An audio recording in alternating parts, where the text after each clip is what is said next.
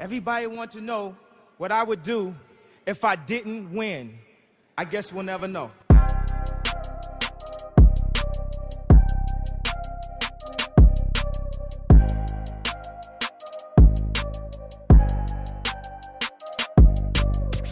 Imagine making a difference. No, imagine being the difference. The difference between I can't and I can, or I won't and I will. The reason someone chooses to wake up and strive for greatness. In life, it can feel like everything is working against you. Let's defy all odds and break generational curses. This is Overstepping Poverty with Daquan and Zacchaeus. Welcome back to Overstepping Poverty, the podcast that provides you with tips, tricks, and hacks in overstepping poverty. My name is Daquan Brooks, and I'm here with my co-host Zacchaeus Shaw. How you doing, Zacchaeus? I'm doing good today, my man. Another beautiful day. Actually, it was nice today. Beautiful weather. I don't know how much more of that we'll get here for the rest of the year here in South Dakota, but I'll take it. How was your day? It was a great day. You know, for those who are listening to the podcast here, I've already announced on Facebook and on my social media that we're expecting, in April. So I'm super excited about that to build my family. It's definitely been a dream of mine. So it's great. It's great. So that's awesome, man. Well, congratulations to you on that. Blessed. I know that's a big thing for you and your family. So best wishes to you guys. And obviously, if there's anything you guys need, make sure you hit us up. Babysitter. Yeah. A babysitter. We'll both need one of those. No, But we got you. Right. Well, I want to get into the episode today, talk about yet another amazing guest that we have, somebody that I've been able to spend a little, different type of time with this individual. We coach football together here in Sioux Falls. He's known as V, the Noble One, Vaney Hariri, owner of Think 3D Solutions. Thank you for coming on the show today, my friend. My pleasure, man. Thank y'all for having me. I've been excited to watch y'all grow this. Yeah, man. Well, I think you're a big, for me at least, my perspective, you're a big part of the growth that I've had over the last few years, getting into your Leaders of Tomorrow program, being able to sit down and coach with you and understand your mind from a different perspective. And that mentality, I feel like, translates to life a lot of times. Everybody eat because everybody food. Everybody eats food, baby. Yes.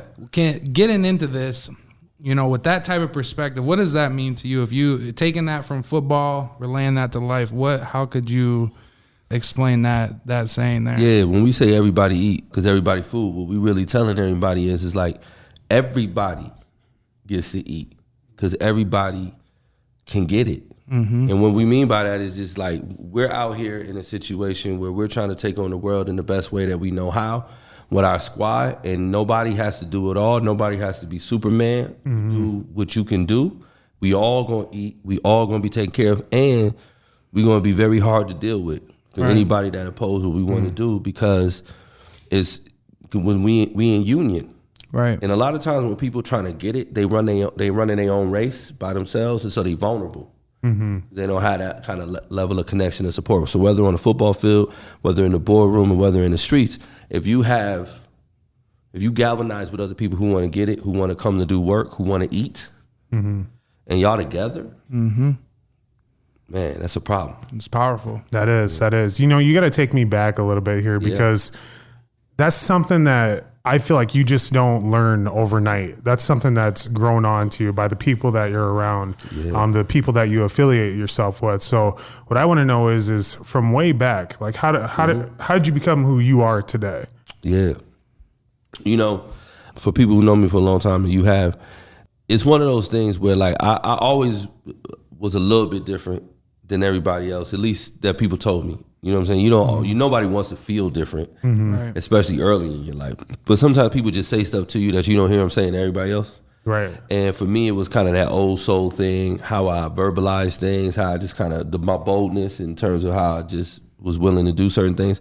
And I always knew that was different. But for a long period of time, that was a burden.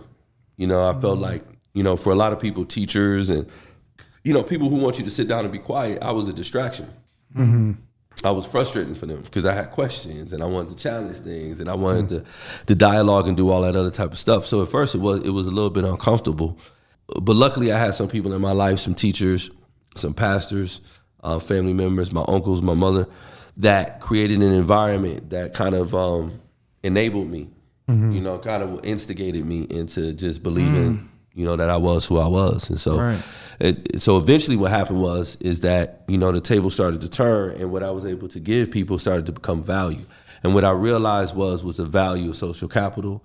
What I realized was the value of oratory and articulation. And then that was a game changer for me. Once I realized that what I had wasn't a burden, that I wasn't too much. In fact, I wasn't enough. And then I leaned into being myself and leaned into what my skill set was. And then I realized I had a lane to myself because couldn't nobody do me. Right. Man. Now, I want to, you mentioned oratory. Yeah. Is that what you said? And then before that, was it social currency? Yeah. What are those things for the people that are listening? I know there's somebody out there like, what is that? Because like you, I grew up and I always felt a little bit different as well, but I was always good with people. Like I was always able to talk with people. I was never the most popular guy, but a lot of people knew me. And over time, I started to realize like that's super valuable and to be able to leverage those things and use those things. Can you explain what those, I don't know what oratory is at all. Yeah, so oratory is your, you know, your ability, or speaker. So your ability to speak, you know. Okay. Martin Luther King, Obama, those are great orators, you know. And one of the things that I just notice things. I'm observing. I'm a philosopher, so I notice things. And one thing that you notice is that if you want history to remember you, if you are not a writer or an orator, history ain't gonna remember you. You know what I'm saying? If you weren't a great speaker, if you weren't a great writer, like history would get rid of you. And if you just track it, everybody from presidents, founding fathers, leaders, all those other type of things. And so I just understood that. And then, you know, in terms of social currency, at a young age, I realized like everybody who could speak drew people to him or repel people from him. And what I mean by that was the people who were funny, the people who were engaging, you saw people draw to them. You know what I'm saying? And the people who were clear, and the people who were genuine, and the people who were sharp would drive people away from suckers, and clowns, and faker. You know, when you could just tell when somebody talks in a certain way that has a certain tone, that's a real one. Right. You know what I mean? And people who can't be around real ones, they scurry. Facts. I realized that just early, and that's one of the things that I wanted to emulate. And then, you know, this in my youth, like anything, you give a young person a toy, they generally go and misuse it. You know, they're going to abuse it. And I had this thing that I was just misusing, you know, and because I had people who made me feel like I was inadequate or stupid or wasn't as smart as I was or clever as I was or whatever, I was always tempted to make other people feel that way just to show that, nah, I'm actually smarter than you, you know, and that was my attitude. And so I would give people the business sometimes, and I was just, you know, I was sloppy with it. I was messy with it, you know, I was hurtful with it in a lot of cases. And my ability to make people feel small is matched now by my ability to make people feel big. And one of the things, when you have capacity, when you have a high capacity for something, you obviously have a high capacity on the other side. So if you're a person that can really build people up, you're really good at breaking people down too. That's true. And so you got to pick, you know, you really got to lean into one to avoid the other. And I had a teacher that one time I wrote a paper in, you know, I used a thesaurus, every big word that I could. I was trying to, you know, really impress him. And he gave me a bad score on it. And when I stepped to him, he was like, you know, who was this for? Me or you? He was like, I was like, you. He was like, it couldn't be for me because you didn't care if I got it. He was like, stop trying to sound smart and be smart. And just the way that he said it, just what he said for whatever reason, like just clicked for me. And it was just clear that like, you know, if you are a thing, you don't have to perform that thing. You know, like a toaster is not trying to convince people it's a toaster. Right. And if you're smart, the way you say a thing, what you put into a thing, the formation of the idea is going to communicate your intellect, not the words you use or any of that other type of thing. That's fine. And that for me was like, boom, that was different. And then there was a moment later in my life where I was in environments with these people that had wealth and power and all these other type of things that I thought that I wanted. And when I would be in these rooms with these people and they would see how people gravitate to me because I had real relationships and connections with people, and I was really again, once I accepted my power to be able to make people feel good versus small, to encourage people, to put a battery in their back versus diminish them. Once I understood that, people just drew to me. And I would be in these spaces with these people who have money and power, all the things that I thought I wanted. And then what just became clear to me is that they wanted what I had. And that's where my life changed in terms of like my illusions of having money and what it meant to me and all of that turned into vapors. It just was nothing to me because I realized like I had the currency. Everybody thinks that the only currency is money. Yeah, you have something you can't buy. It's certain. It's social. You can't buy it. You can't duplicate it. You can't fake it. You can't do it. So everybody can get money. Right. You can't get some of this. And then once you learn that, now it's like, okay, now I realize what I could do with that. And then for me, like money really wasn't a thing anymore. And you realize that in this life, when people can't puppet you with money, you hard to deal with. Right. You know what I'm saying? Because that's you ain't gonna whoop me. Right. You know what I'm saying? You're not going to do whatever to me. So the only thing you can really do to me is threaten me with reputation and threaten me with money. Boy, when you good in the community and you really love on people and you really do right by people, it's hard for them to affect your reputation. Right. And then if you don't need their money, it's hard for them to play with you with that. Man. So with that, I mean, that was a lot. I appreciate you sharing that and educating me on those things because I noticed, like you said, when you become hard to deal with for people, and that's because you're not just falling in line with the status quo oftentimes. Well, with you and where you're at right now with Think 3D Solutions, and we'll get into the story of your business and all that, but how has that aspect of having that social currency, how has that, I don't want to say held you back in growing your business, but how has that caused more challenges for you to get through? I don't know that it has. You know, like we used to think about that in the beginning. You know, in the beginning, like especially because I was working at a bank before we got this jumping. So I shedded all of that. And I said, here's an opportunity to be authentically myself. You know what I mean? And even in those environments, I was trying to be, but you could just tell that wasn't going to work. Yeah. And so creating our own environment, you know, I'm wearing hoodies to stuff. I started wearing athleisure to stuff. I'm not poloed out. I mean, we started off doing some of that, you know. Right. And then there's a point where the phone wasn't ringing. And, you know, I know Tame looking at me like, hey, man, do you think this got something? You know what I mean? And I remember even our first Culture Con, which is the culture conference we put on, like, people loved it. But one of the pieces of feedback, almost the only piece of feedback that we had that was negative was about me talking about my hoodie. And it was talking about, like, who does this guy think he is? He thinks he's the, you know, I forget what they said. All that in a bag of chips, I think is what they said. Wow. You know, and so when somebody say that to you, you know they cornball anyway. But anytime I get feedback, though, I really try to receive it and challenge myself with it. And one of the things that I said is that there are limitations and there are filters. So if I'm late all the time, or I'm inconsistent with my work, or I don't meet deadlines, or I don't give you the value that I say that I do, that's a limitation. That's going to limit me from working with people. Because I want to work with this person, and now they're not going to work with me because they know that I don't do what I say I'm going to do. That's a limitation. A filter is things that keep people from me.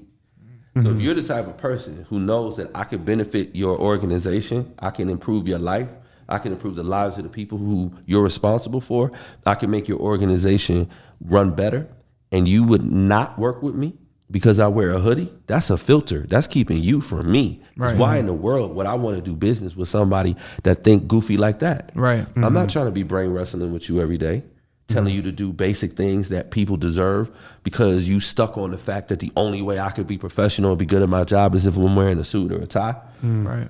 That's just antiquated. Now, you get to do that because you might believe that there's a value that it brings and you want that to be represented in your organization, in which case that's your prerogative. But when you want me to come in and be something that I'm not, that's something that I'm not willing to do because there's nothing more disingenuous than you asking me to come in and be disingenuous. You know what I'm saying? And so that's the difference. So yes, did we lose business over that? Do we lose business over it now? Probably, potentially. Sure. But that's not business I want.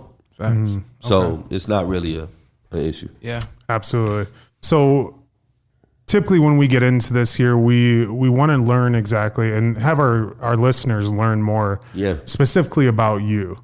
And I want to kind of take it back because, like I said, where you got to today, there's a resume that you built to get here. So I just want to know exactly, one, take us back to where you're from, how you grew up, household. Yeah. Take us through that. Originate from Buffalo, New York. I always say Buffalo refined me. Or excuse me, Buffalo defined me, Sioux Falls refined me. So when I moved here, it was middle school, right before high school. And I was rough around the edges for sure. You know, You grew up in Buffalo up until that point? Yeah. Okay. Yeah.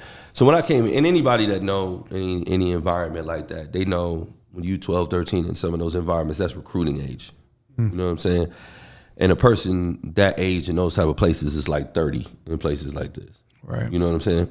And so my mindset was different, but we were at recruiting age. And so my uncle came out here for some military stuff. And at the time, it was the #1 place to live. And so my family was willing to give it a shot. My mother would have thrown a dart at a map and went anywhere because we were just, you know, home got burglarized, vehicle got stolen, all that type of stuff. And it was just, you know, it was just that time. And so when I got here, like, you know, I was frustrated by being here. It wasn't so much of a culture shock because I did go to a Catholic school for a period of time. We used to take 2 metro buses from the hood to a Catholic school in the suburbs. And there was like 4 kids of color there. One, me, my brother, my sister, and then one other girl. You know what I mean? Crazy. So it wasn't unique to me to be that minority in that situation, even though I went back to neighborhoods that was almost all people of color. But what would happen is that when I got here, like, it was one of those things where when I first got here, everybody wanted to tell me their favorite black joke. And I was a novelty, and it was very cute. So when I first got here, I was putting hands on everybody. Like, I was angry. People was trying to play with me. Right. You know what I mean? And at that time, like, anybody that comes from those environments, I'm like, look, y'all yokels are not about to play with me. Right. You know what I mean? So I was on that. And, so and really, to be honest with you, at the beginning, my mother gave me a green light. You know what I'm saying? She was, because, you know, somebody called me N-word or whatever else, and like, that was just what it was. It wasn't even weird. But then there was a point where it was just happening at a frequency that eventually my mother was like, you know, you got to educate some people. You can't fight everybody. And that's where it changed. Now, our family throughout time was always like a foster family, and most of my siblings are adopted and things of that nature. And which was an interesting thing for me in terms of my appreciation for psychology. I would that experience was 100 times, I believe, more useful than most degrees that people are going to get in most places. Because the one thing that you just learn intimately is, number one, you learn your relationship with love. You know what I'm saying? In terms of where my mother's attention was going, because people needed more attention than I did. So you got to work that in your brain. You know what I'm saying? Like, but why wouldn't you? You know what I mean? Right. So some of that. And then you just realize, like, the things that people do to people, kids, children, like the way that they hurt them, abandon them, all of the things that they do to people. And then for me, it just became so clear how when you see those type of things happening to young people, what happens if you don't interrupt that in terms of what it produces in an adult. Right. Then when you start to think about that piece of it, well, it makes it hard to be so angry at adults, because you know that that's just a kid that didn't get dealt with. Right. That didn't get embraced, that didn't get loved, that didn't get taught. So that was a huge education for me in that particular piece of it. But then the other thing, like a lot of people in our situations where you have to try to carve a path that no one in your past has carved before. And that's a lonely experience, you know what I'm saying? Isolating that. And so when I started on that journey was kind of when I was getting into the music and different things of that nature. When I started exploring that, and that's how I really started to express myself and learn my voice and learn my ability to perform and be able to use my skills, but also start to develop my confidence. And that was probably the turn of when I started to really become who I was. What point would you say that was at? That was in the high school, 90s, late 90s. Okay. That it was just like, because even in high school, I had a good time in high school. You know what I'm saying? Like, I was that guy that people liked and all that other type of stuff. But it was one of those spaces where it was like, am I entertaining people? Right. Or are they, you know what I'm saying? Like, Or is it genuine? yeah, I had that phase. You know what I'm saying? Where I had to just really be like, am I these people's entertainment type of thing? And then after that point where I started again developing my confidence, and it was different, where I really was a performer. And I really was on stage doing the different things that I was doing. Right. And so I was able to crowd control. So through that process, you start to realize, like, I can influence this energy. Right. I can control this energy a little bit. And then that's more when I became the Pied Piper versus somebody that was following the crowd or whatever. Right.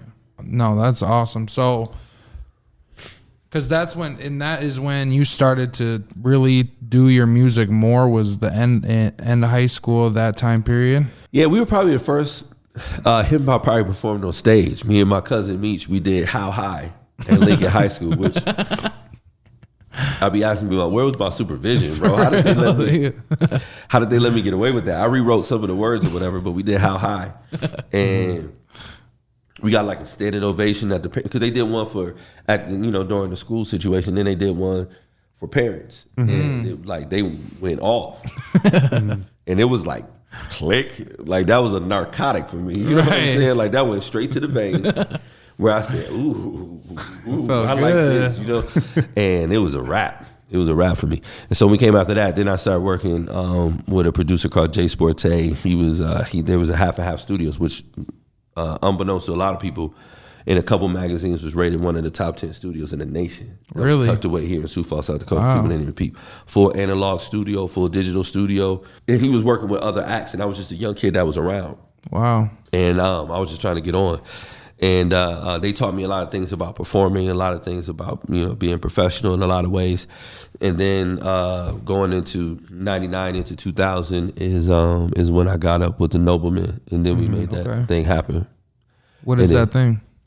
So Nobleman was a group. Me, Tame was in there, and then Rotate G and Thomas. We was in that group together, and we were like, we weren't the only group in the early part, but we were probably the only group that was professionally producing things, like actual album, shrink rap, doing opens. Oh, that's dope. Really making phone calls, all those type of things. We were probably the first group that was doing that type of piece of it, and selling CDs hand to hand every Saturday, every Friday, Saturday. We would be out on a loop. We'd have a bottle of E&J in the backpack and like 100 CDs, and we'd be selling CDs hand to hand. And we was doing it so much, and what we just realized was, and this was important to me as a black man too, is that the cops would come up on us every once in a while. And what we noticed was that they would be like, "Hey, we see y'all out here really trying to get it. Respect. Just stay in the place that's well lit. Don't jam up traffic. Da da da." That clicked for me too. That was a click. I have a lot of click moments. I usually remember when my brain go, something different there. And what I realized is and I had adversarial relationships with police my whole life. My first healthy relationship was in high school with a police officer, Officer DeBoer, who was our resource officer. He's the first one that really taught me to, talk to me with some dignity and respect. But then at that moment, I noticed that even 12 respected our hustle. Right. Click. That's big. You know what I mean? Like that's a big moment where I was like, they're not even really sweating us because they knew we was on something. You know what I mean? We wasn't just out here to be out here. And they kind of let us ride. And we got really popular from selling CDs. And then I was a freestyle dude. So when people didn't, because back in that day, we doing, you ain't know nothing was on the CD. Right. We could be selling you whatever. And so sometimes I would freestyle or whatever to really draw people in, and I developed my skill that way. So in terms of being extemporaneous, in terms of being quick with the words, being able to tell stories in really compact ways. So the product that I am now that people really appreciate almost entirely came from hip hop. Almost entirely. That's dope. And it's a big year for hip hop. Well, right? Yeah. It's the 100th year of hip hop, which is awesome. So I want to talk about that with you 50th, guys. 50th? Yeah. Okay, 50th. I want to talk to you about that with you guys selling stuff hand to hand, really taking the music stuff serious. How do you feel like going through that was necessary for you to be where you are now with this business? All of it was. Honestly, it's one of them things why that's why I think we unfuckwittable. It's because who gonna go through that? Yeah. You know what I'm saying? Like when you talk about learning how to perform by performing in front of thousands.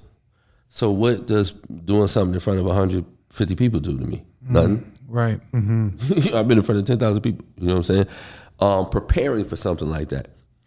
Writing albums in my head.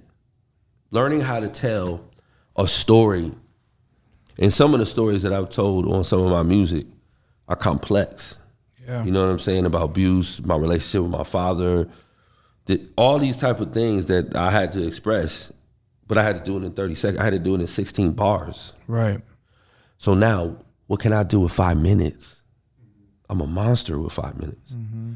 Most people, they don't know what to do with that. Right. That piece of it. Media, being in front of the camera, being on the radio, do all these other type of things. It taught me all of those things. And if you don't hustle, you do not eat. Right.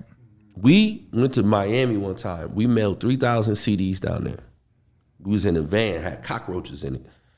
Tamian got us this garbage motel where the doors swing out. You know what I'm saying? You know what I mean? Where the door, oh, shit. You know when the doors swing out, like Right. something different.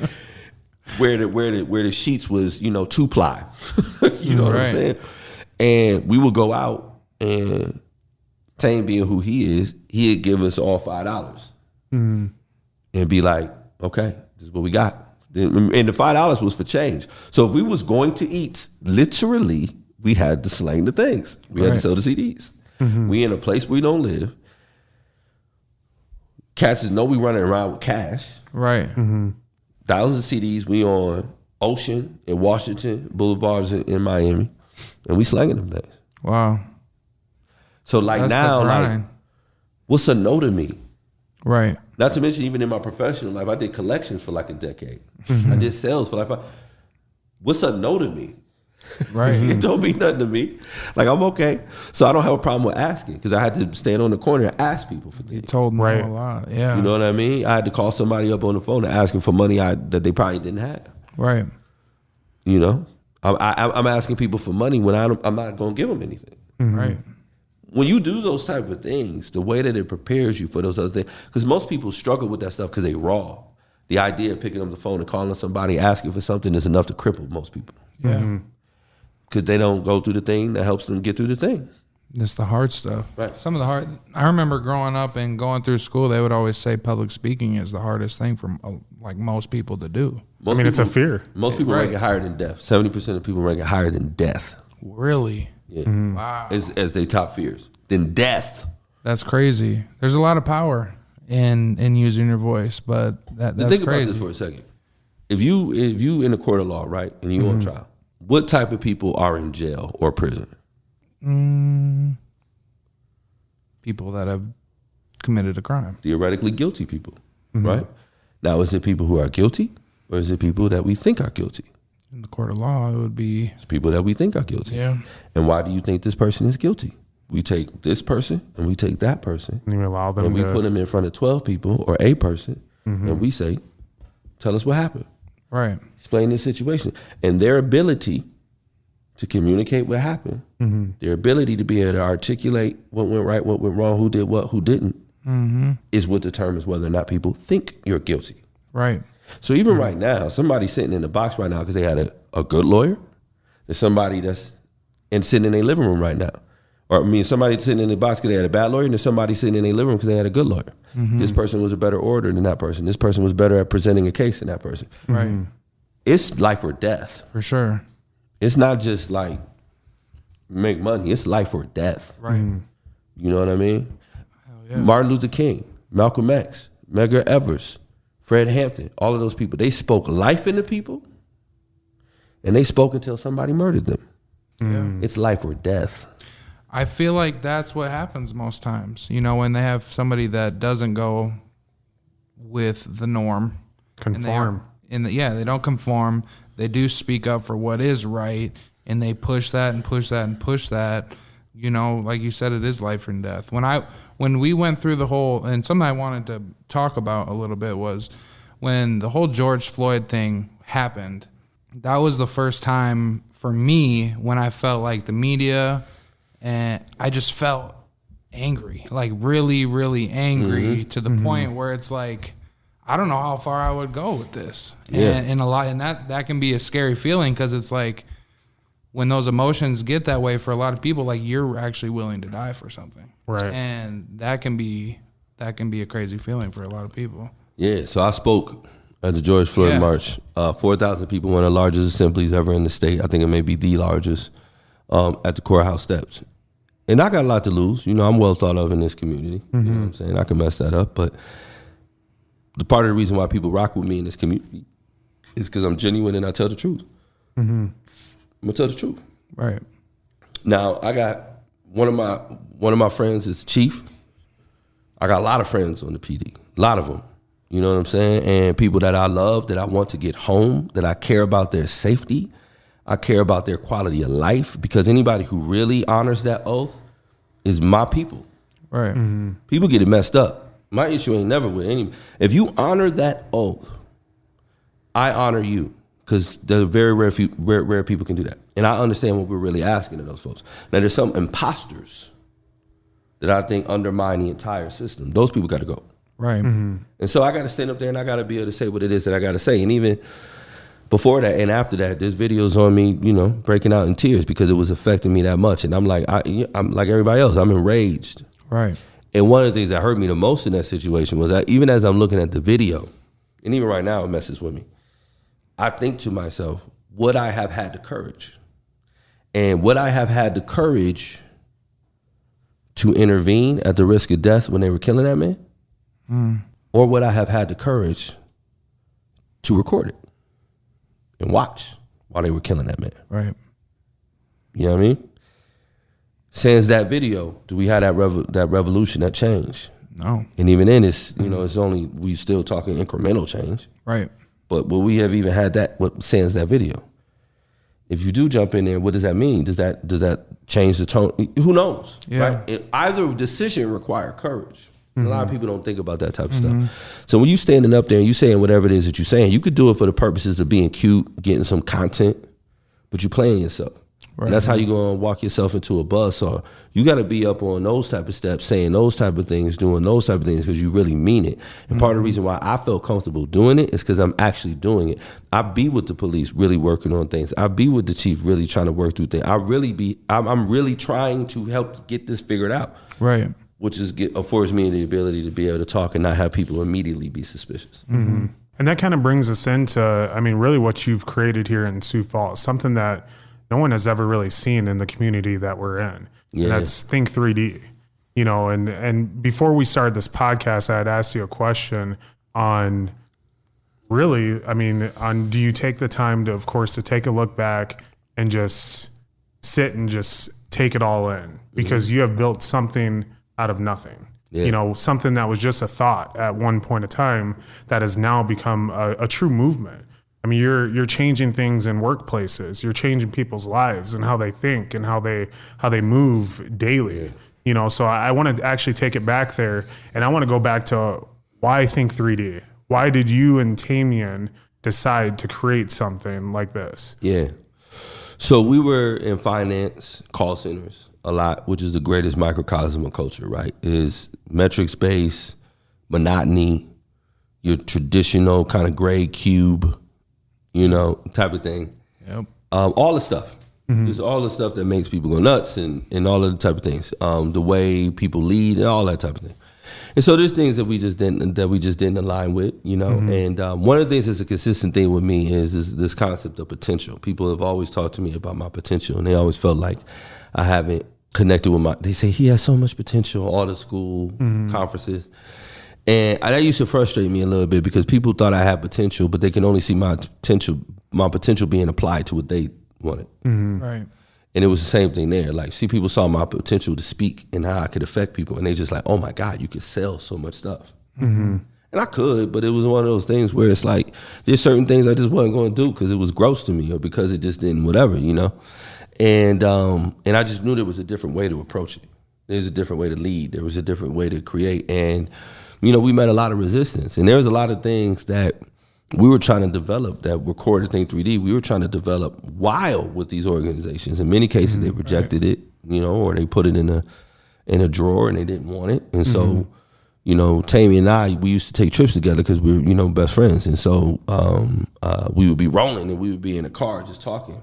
And we're not ones to complain. We always want to try to figure it out. So we'd be like, all right, I'm trying this, you trying that. And we would try what each other was doing. And we noticed that it worked, man. We was having motion. And like, one of my greatest things in terms of being a leader in the corporate environment was one of my team members that was not a great team member when we got when I got there, became a star.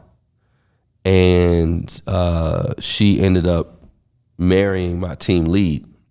And 2 years after I left the organization, they asked me to marry them. Wow.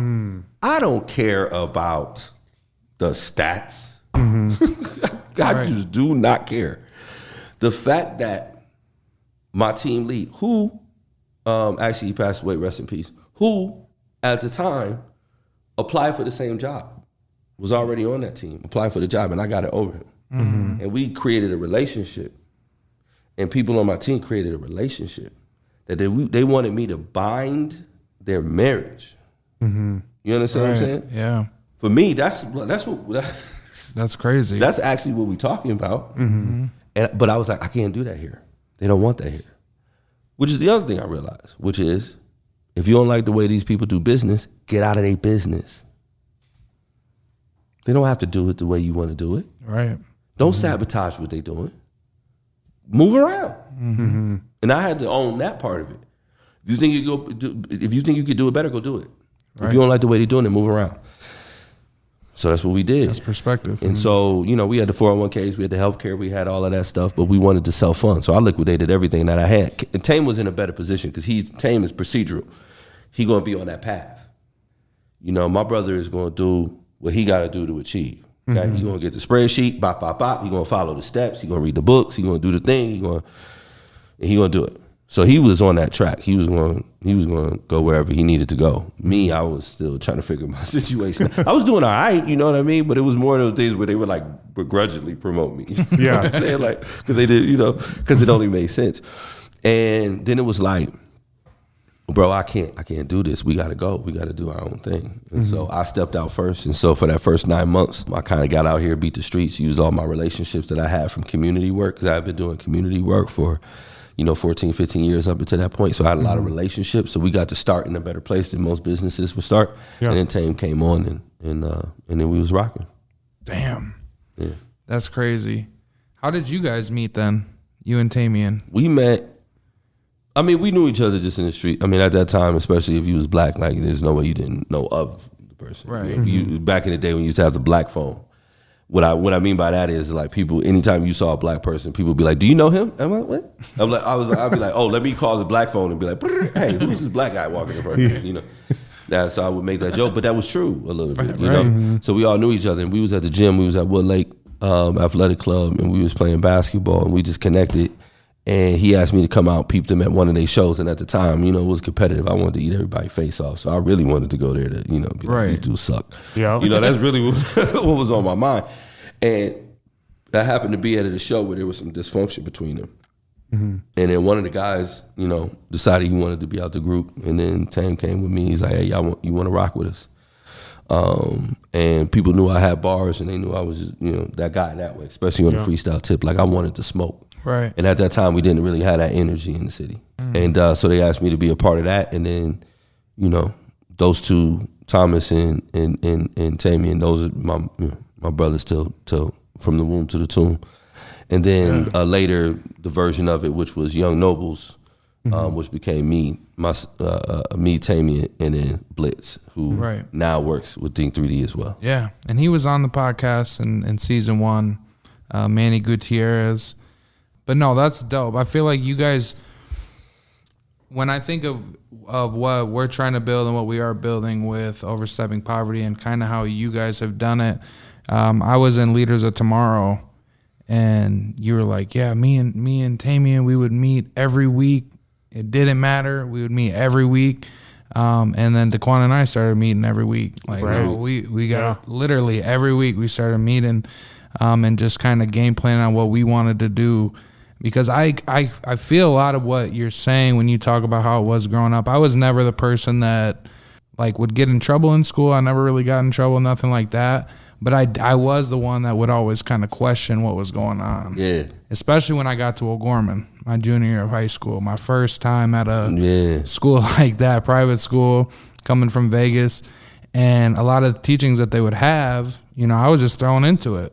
I didn't really have that background, but being thrown into it, I had the ability to question a lot what was going on, which helped me learn a lot. But at the same time, there's so much growth in in those environments. Yeah, I think it's important. And I think it's important to understand that change ain't gonna come easy.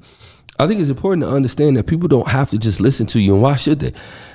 I tell young people especially, if you get the world the way you want it, okay? If you get the world exactly the way you want it, exactly the way you think the world should be, what happens when somebody that is fresh out the womb, 15 years old, 18 years old, 20 years old, that hasn't had any of these experiences, walk into your office and be like, yeah, this sucks. We need to change all of this. Yeah. You just gonna listen to them after you spent your whole life getting it like this? Right. Of course not. Right. You don't know what you're talking about. I don't have the expectation that somebody just adopt my thinking. Why would I think that? And because of the fact that I had to go through those environments where my thinking was unique and people didn't necessarily appreciate it, and I had to overcome and challenge, and sometimes my thinking just wasn't appreciated in the environment. You need to go through those things because you have to develop the association in your mind that you cannot have an expectation that people just adopt what you into. You have to come to those. I don't care if you think you're right. Right. I just made a post the other day where it's like, a lot of times people get righteousness confused as the act of being right versus the act of doing right. Being right means nothing. It means zero. Because facts are temporary. Pluto was a planet, now it's not. And people get to determine how they feel about facts. Hey, 10 point blah, blah, blah of this equals this. 8 out of 10 people do whatever, blah, blah, blah, blah. No, they not. No, they don't. I don't agree. Yeah. Now what's your fact mean? Right. Nothing. It don't mean anything. A lot of opinions. So for me, again, all of that became clear where it's not about being right. For me, it's about having, it's about outcomes. It's about doing right. And if you do right by people, you do right in the world, and you have the right kind of energy, people are going to respond to you, and you're going to be able to change those things. But anytime you walk into a room, if you walk into that room with the expectation that people are just going to get with the program, you're playing yourself, because most of the world by definition is average, not by insult. By definition, most of the world is average. So if you're trying to do something extraordinary, the very last thing you should expect is company. What make you think everybody going to get with it? Right. That's not even how it works. No, not at all. So once you develop that relationship with it, then you don't resent people for not getting your idea as soon as you say it. You don't resent people for not wanting to jump on the bandwagon as soon as you pull off. I don't expect them to. Right. You will. You know what I mean? But you don't got to right yet. Too late. Right. And that's on you. Right. That's facts. And that's on you. Actually, what I want to get into just on the Think 3D side of things here is I hear Think 3D all around town. Everyone, you know Vaney, Tamian. I'm like, yeah, I do. And they're always discussing how you guys are, again, making change in the community. So what I want to know, and what our listeners also want to know, what I usually hear is, what is that overall mission? What is it that you guys want to complete out of this here? When you're done and it's your time to go, what is that you want people to remember? For me, it's like, they're not going to remember me per se, but my impact will be felt. And I don't need to understand that dynamic. I don't need to know. I don't need to have my name on a park or anything like that. Or, if I'm not here to see it, whatever. For me, it's about, number one, creating the highest quality of life possible. This is why we focus on our community. We can go get bags elsewhere. It's profit in your own town type of thing. Sometimes we struggle to get people to appreciate what we're doing here when we can go to New York or we can go to LA, and people will pay us 5 times what we get paid here. Right. And they'll roll out the red carpet. Right. But we still focus on our community because this is where I live. This is where you're going to get the most value. You're going to get a 5x return, a 10x return on what you do in your community, because that person that I went and talked to their business, I'm going to be in traffic with them later. Right. You know what I'm saying? That kid that I coached or that kid that I talked to in a situation, now they not in my garage. Right. You see what I'm saying? So like all of it actually pays dividends. It's the only thing that makes sense to me. Like I care about everything that's happening everywhere in the world, but I don't care about most of it. You get what I'm saying? Yeah. Like it all matters to me. Right. But at the end of the day, this is my experience. And most of the time for me, 8x8 blocks is my experience. And my job is to make sure my 8x8 blocks is one of the best 8x8 blocks in the world. Right. That's what I'm on. That my experience, that when I walk into a store and I see people that I care about, people that I love, I live above our wine bar across the street from this building and above Queen City Bakery Coffee Shop. My guy that owns that, we went to high school together, Miss Jackson. He's one of my dudes. I love his mind. I love how he thinks. I love his attitude, love his energy. He's a big personality like me. He's a big thinker like me. Some people don't get that. We get it. We get each other. Every day, I come downstairs before I come to my office, which is across the street, and I get a tea that I don't even drink most of the time, and I laugh with my friend. Right. That's how I start my day every day. What you want the money for? That's perfect. Right. What you want the money for? To feel like that. I know so many people who got so much more money than me that think I got more money than them because I enjoy mine. Because I enjoy mine. When I walk into a cocktail situation and my drink is on the counter before I fully get in space, say, got you, V. Right. That part. That's relationships. When the police roll by and they shoot me a salute. Right. Because they really rock with me. What do you want the money for? I don't care about none of that. I care about investing in the community. So everything that we've done is really about that and raising the level. And what we say is we had a press conference today because we've gone over 500 formally trained leaders in our Leaders of Tomorrow program. Wow. Congratulations. Thank you. I appreciate that. I really do. And one of the things that we're most proud of in that situation is that we said that we don't want to develop leaders that are going to follow us. We trying to develop leaders that we would follow. I know I'm going to have to hand the keys. I know I'm going to slide to the back seat. Somebody else going to drive. I want to make sure that person is solid. That's a bar. Democrat, Republican, black, white, tall, short, him, her, whatever. I want you to be dope. Right. I want you to be compassionate. I want you to be thoughtful. I want you to be loving. I want you to care about yourself. Because if you do that, then I don't have to worry about who's leading. And as we say, I don't want to go to the polls and have to choose between the lesser of two evils. I want to pick between the best of the best. I want when somebody come here and they say, where should I go work? I could point at any business, just randomly point, and send them to a business where they're going to be taken care of, where they're going to be loved, where they're going to be supported. That's what I want. Right. So for me, it's all about that. And so I don't really worry about the accomplishments because the community is my accomplishment. You can't take sugar out of cookies. I could die today, die tomorrow, die in 2 days. You can't take me out of this story. You know what I'm saying? You can't remove the impact that we've had. That's not even talking about what we about to do. Right. You know what I'm saying? That's not even talking about what we about to do. So that's really what the focus is. So it's a living, breathing dream. It doesn't have a limit on it. It doesn't have a finish on it. But the focus is quality of life, paramount, mine. A better you is better for everyone. So I'm trying to make sure that I'm loved, taken care of, make sure my wife is good. And then after that is everybody else. No, I love that. And a lot of people will say something like that sounds selfish, but I think you should be selfish in life. You should be worried about yourself, like you just said, and we say it as well. A better you is better for everyone. So if you're not good, it don't matter because you're going to rub the wrong off on everybody else if you ain't taking care of yourself. How many people in your adult life have made a commitment to take care of you?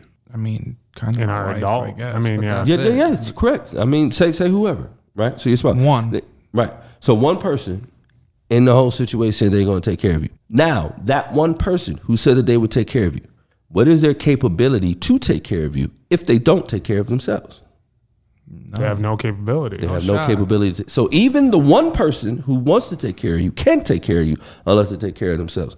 So if other people ain't going to take care of me, who got to take care of me? You. Me. And if somebody can't take care of me, if they don't take care of themselves, which also means I can't take care of those people unless I take care of myself, who should be taking care of me? Only you. You. Me. That's who should be taking care of me. I take care of me. Right. You're not responsible for me. I'm responsible for me. If you give people a responsible over yourself, you give them control over you. Yeah. No one has control over me because I'm responsible for me. You know what I mean? Like if you read about me in the paper and I did something sideways, I did it. Facts. Right. Nobody made me do anything because can't nobody make me do anything. Right.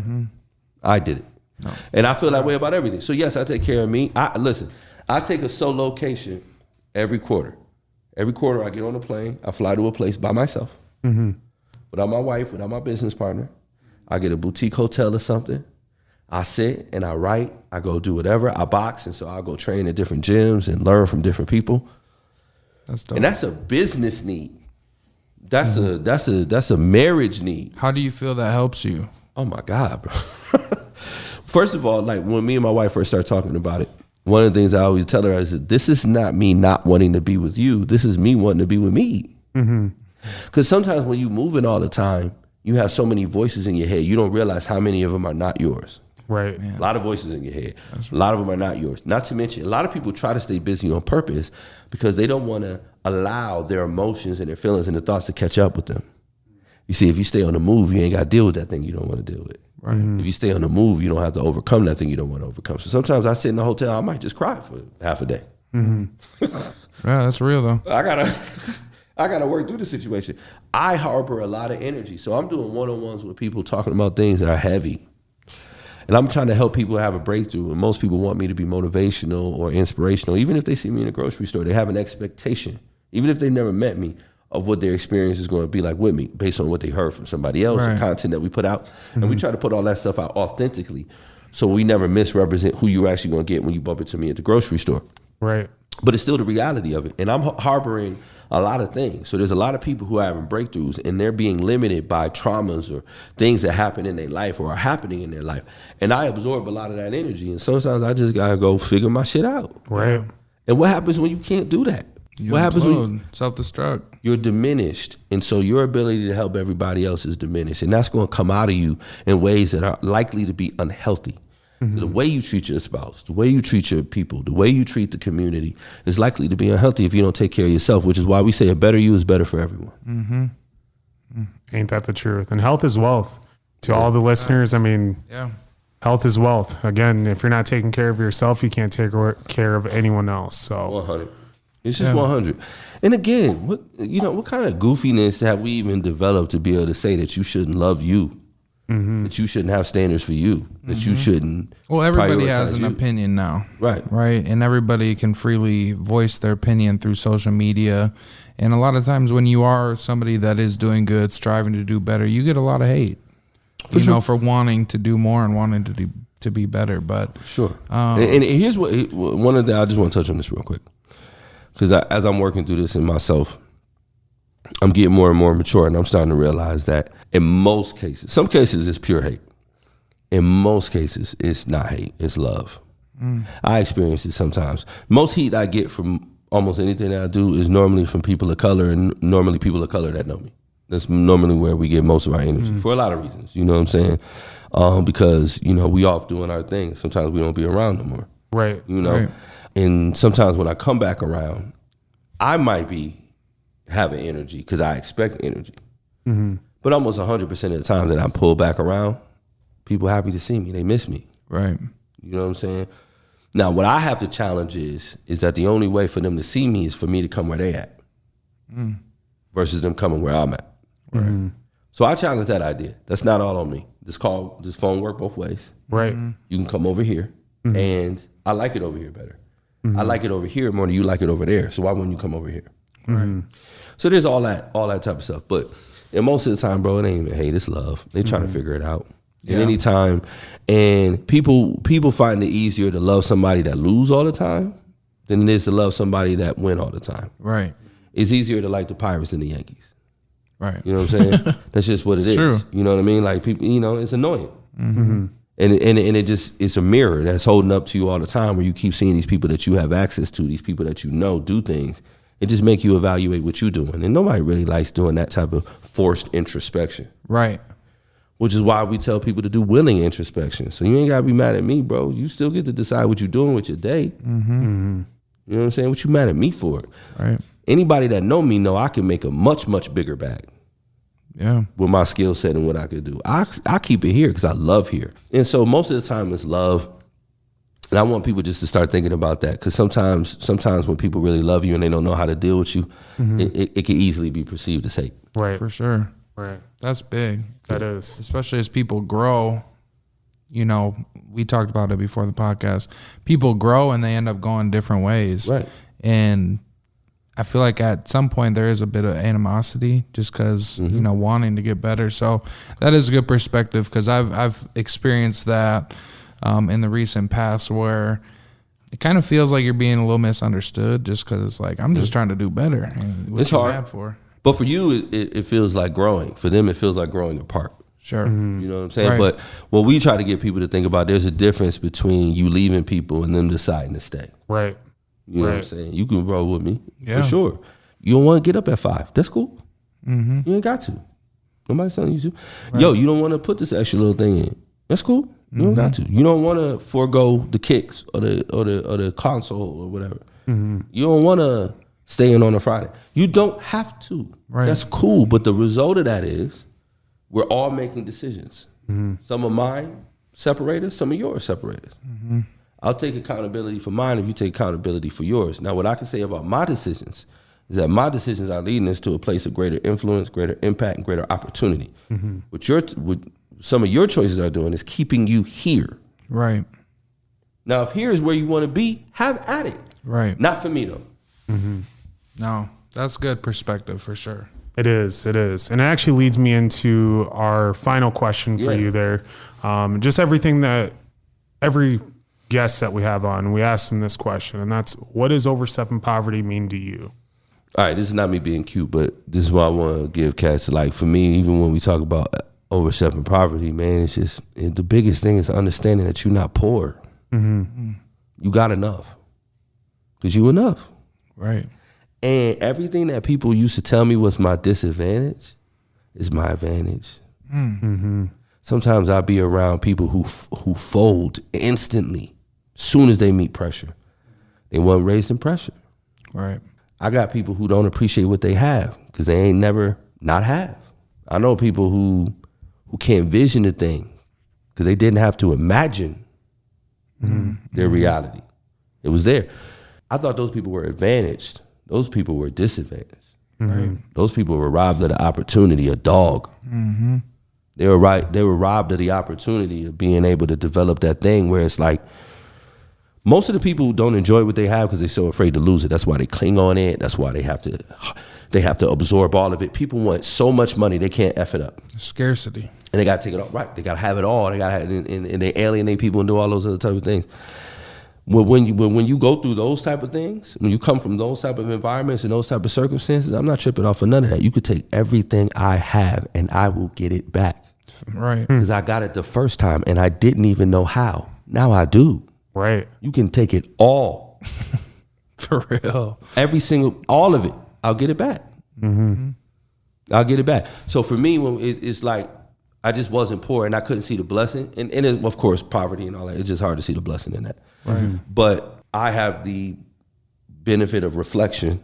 I lived long enough to be able to look back. And like, I just see that God ain't give me nothing I didn't need. Not even a burden I couldn't bear. Right. I didn't get anything I didn't need. You know what I'm saying? I needed everything because I don't know any other way to produce this, and I'm happy with this. Right. And I always tell people, if you're happy with where you at, how mad can you be about how you got there? You can. That's real. You know what I'm saying? So I don't have my daddy wasn't in my life. This thing, I harbor no ill will to anyone because it got me here. Facts. So Yeah. I love it. Yeah, man. So that actually takes us into our next part of our episode here, what we call is roundtable. Yeah. This is where you can ask us questions, Yeah. get some things out on the table that you've been wondering about. So fire away. Yeah. Well, first of all, how y'all feeling about this? This is dope. Yes. What made you want to get this popping? Where y'all want to take this? Well, this, I mean, honestly, if I can really imagine it, I could leave my job tomorrow and do this for my daily, every single day. Yeah. I do it. And that's what I'm working towards. And I don't care if they hear it. That's what it's something that I love. Yeah, it's something I love more than my own job. The only difference is of course, I do have obligations, 100. you know? So I'm fulfilling those obligations while I'm still trying to make something out of this here. Yeah. Now, what I see as far as in the future and what it beholds for us is that it's not only just our community. I do want to take care of the community first, but I also want to make sure that I branch out because there's other stories out there that are just like yours that need to be heard. And so that's what Overstepping Poverty is it's to have someone on the podcast and then a different listener can connect with them. Someone that couldn't connect with that person that we had on the podcast this last time. you know? And so when they hear that and they're like, you know what, that's right. When you were talking about that dog, you know what I'm saying? Someone's going to listen and hear that. And they're like, I have that energy. It just woke me up. Now I'm going to go eat. You know what I'm saying? So that's what I want to do. I want to make sure that everyone is able to wake up one day and they hear this and they feel just some energy inside them. Yeah. And it's just let out. And it's time to just go forward and just take all that, honestly, that you were granted, that is yours. Because we have no boundaries. We can get whatever we want, when we want.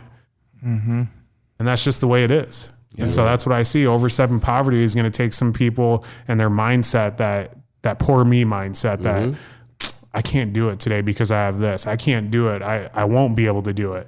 And that's why in the beginning of in this podcast, it's changing that I can't to I can, or I won't to I will. That's fact. That's what you need to do. And that's an attitude that you have to wake up with every single morning. Because there's days I wake up and I'm like, I don't want to go to work. I don't want to do this. But it's not just for me. Right. You know what I'm saying? This is not just for me. Overstepping poverty is not just for me. It's for everyone. It's big. So I agree a lot with the podcast and just overstepping poverty in general. For me, for what it is, it's been one of the best things I ever did in my life. Even if it stopped today and we never did another episode, this has easily been one of the best things for a few reasons. It's allowed us to connect with people in our community that I don't know how else I really would have. It's allowed me to do a lot of my own introspection, and I feel like it's been one of the most therapeutic things I've ever done. Yeah. You know, talking about my experiences and hearing other people's experiences. And when you hear other people's perspectives and experiences, it's hard to feel bad for yourself, you know, because you guys talked about it in Leaders of Tomorrow. If people put all their problems on the table and you put your problems on the table, how often would you choose somebody else's problems? Not very often. So, you know, the podcast in itself, Overstepping Poverty in itself, I absolutely love it. Where I see it going, I think it can go in so many different directions. I think it's something that's going to be known international, all over the world. It's overstepping poverty, and there's poverty mindsets all over the world, you know, and I think it's something where we can reach millions of people. But at the same time, in our community, I do want to just inspire people. You know, I want to instill that motivation for somebody else, that push that somebody might have needed to keep going. You know, we have people like you on here to share your perspectives, and I feel like that goes so much further than we ever even will know, you know, with people. Because there's somebody that's listening to this that will never like this. I'll probably never see them or talk to them, but they could have taken something away from this that might change their life. 100%. When Daquan says it's bigger than just us, it really is, because there's a reason why we have the people on here that we do. And I feel like it's because they have a lot of influence. They have a lot of good perspective for people. So just keeping that going and getting people from different areas to really see the type of people we have here is crazy. You know, it's a platform I don't think that we really have in Sioux Falls other than us, where we have people that look like us and people that don't look like us to come on here and share these stories that really connects us in ways that is hard to, because we have so much more in common than we think. For sure. Let me ask this. So you have a young family, you starting your family. Congratulations again. Thank you. What's your aspirations that way? Like, the world that they come up in is going to look a lot different than ours. And one of the things I always challenge people on is how much do you want to manufacture hardship, right? Like for your kids or whatever. You don't want to necessarily make it hard for them, but we know what that produces. Right. As young fathers, how do you think about developing those skills in them in this new world? Yeah. It's hard. You know, I have a son and I have another one that will be here in December. So I have two boys. And, you know, I think about the hardship stuff. Actually, when you were talking earlier about the struggle, about the foster kids, that's something I was thinking about with my son. Like, how do I get him exposed to real life for other people? Because I envision him growing up a different way than I grew up and you guys grew up, you know, and I think we all would want that for our children. But everything that we're doing came from the struggle. What? Came from the struggles that we went through in life. Everything we share, we pour out on the mic, it's from the struggle. So I do think about that with my son. And I think it is a big thing of exposing him to different sides of the world, you know, different sides of the city. I was doing Lyft a few years ago. I was driving Lyft, picked somebody up. I did it for like 2 days. Picked somebody up on the south side of Sioux Falls. They're going down to Crave. And we're at Cliff and 6th Street. And this lady's in the car like, oh my God, I never come over here. Like, I'm scared to be over here right now. And I'm like, are you kidding me? Like, sheltered. Right? Like, you never come over here. You can't even be on this part of town, bro. Much in less Sioux out Falls? in the world. My God. In the town. This is one of the safest places on the planet Earth in the history of the planet Earth. Right. But that gave me like perspective that there's still people in Sioux Falls that are scared to go to the east side.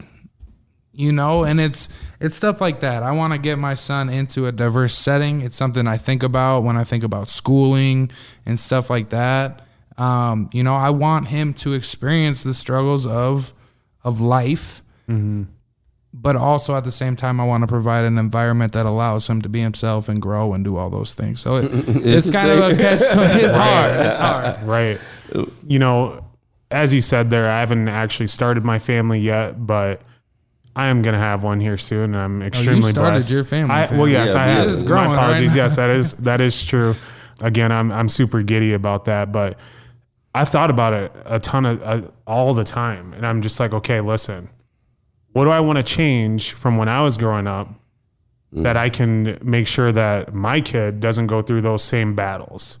You know, whether it's mentally, physically, financially.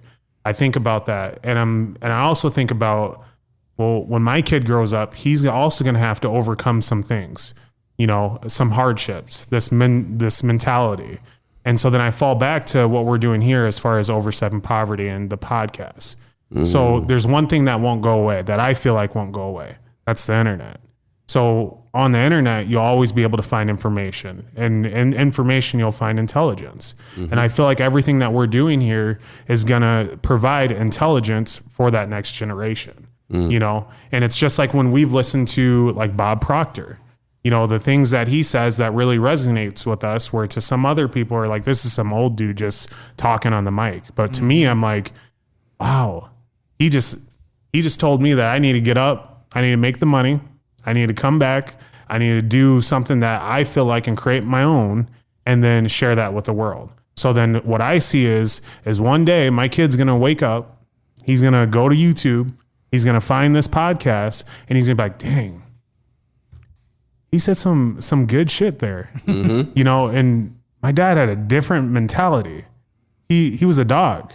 Right. You know what? When I really think about it, in any negative situation that he was in, he turned it positive. And so what does that mean to me? Those hardships, there's nothing that's going to be hard for him, because he's going to have an instilled work ethic, a mindset, and just a mentality just to be able to go out there and do whatever he wants, you know? So, and that's just being in the world in itself and learning and adapting to everything. Right. So that's my mindset on it. Yeah.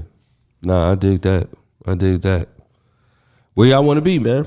I talk to teachers about this when we do some training with teachers, and one of the things we tell them is like, you know, we've done a lot of damage to young people by asking them one question, which is, what do you want to be when you grow up?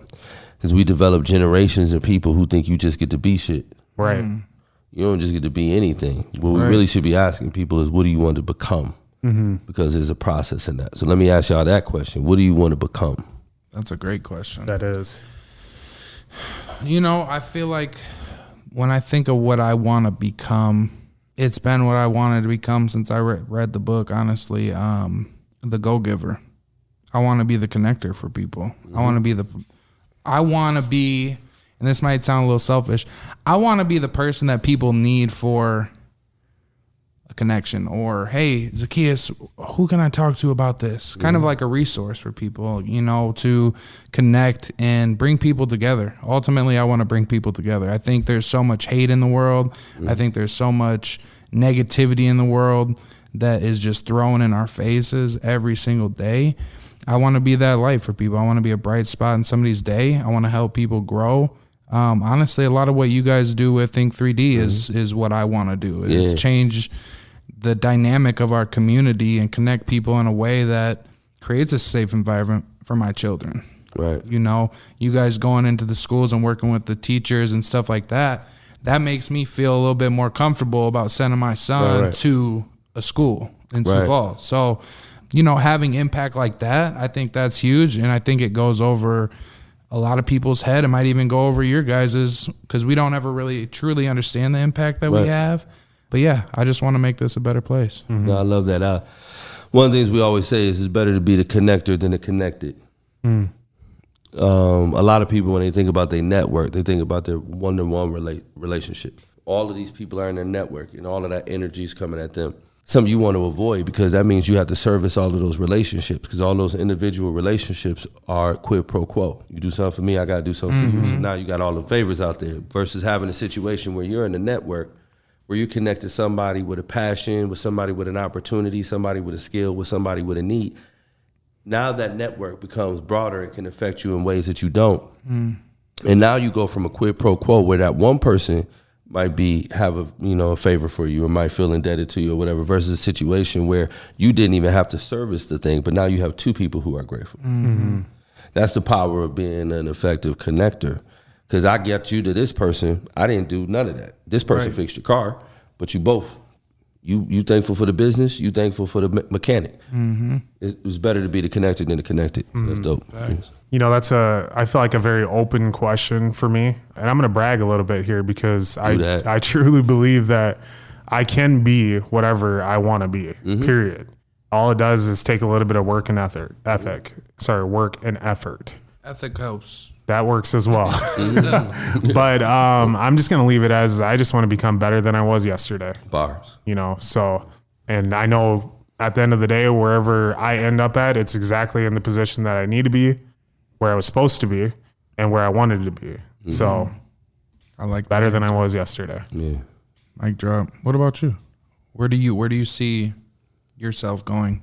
Well, I'm more in that lane, you know. So what I say is that if you see me tomorrow, you'll see me better.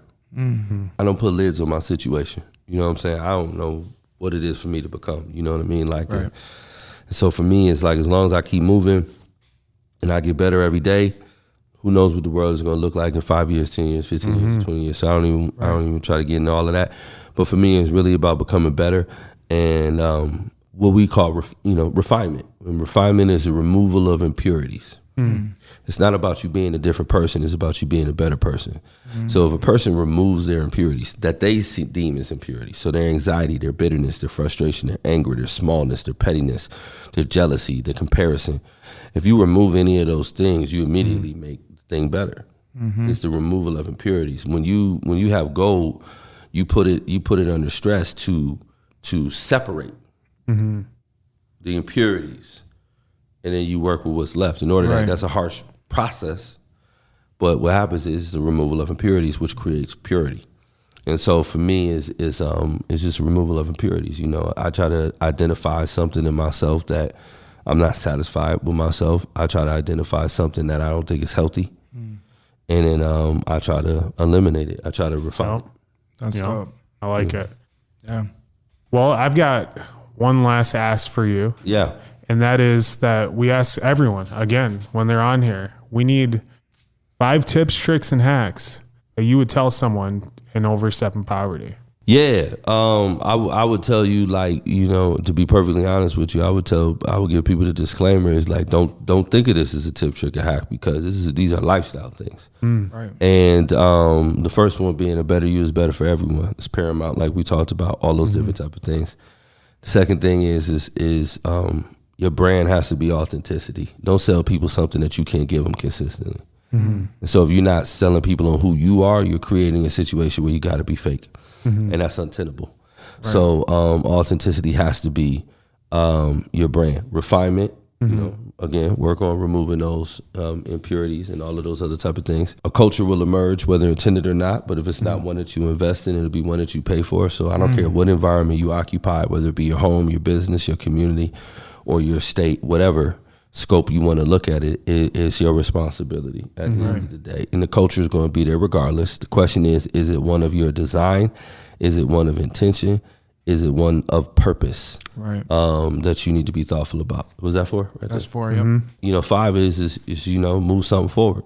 Each and every day you just got to move something forward. You don't have to do it all. People use doing it all as an excuse to do nothing, because obviously you can't do it all. So you want to do as much as you can, and you want to move something forward at every opportunity that you can.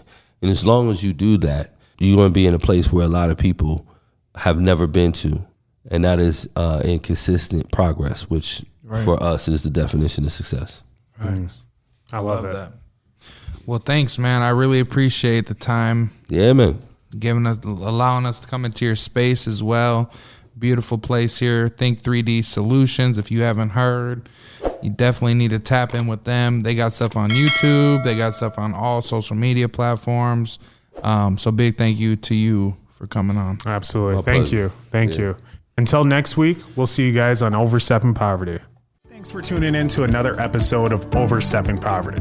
We hope you found this week's discussion informative and thought-provoking. We know that tackling poverty is a complex issue, but by working together and understanding the root causes, we can make progress towards creating a more equitable society. If you enjoyed this episode, please share it with your friends and family, and don't forget to subscribe to our show. Until next time, let's take the next steps in Overstepping Poverty.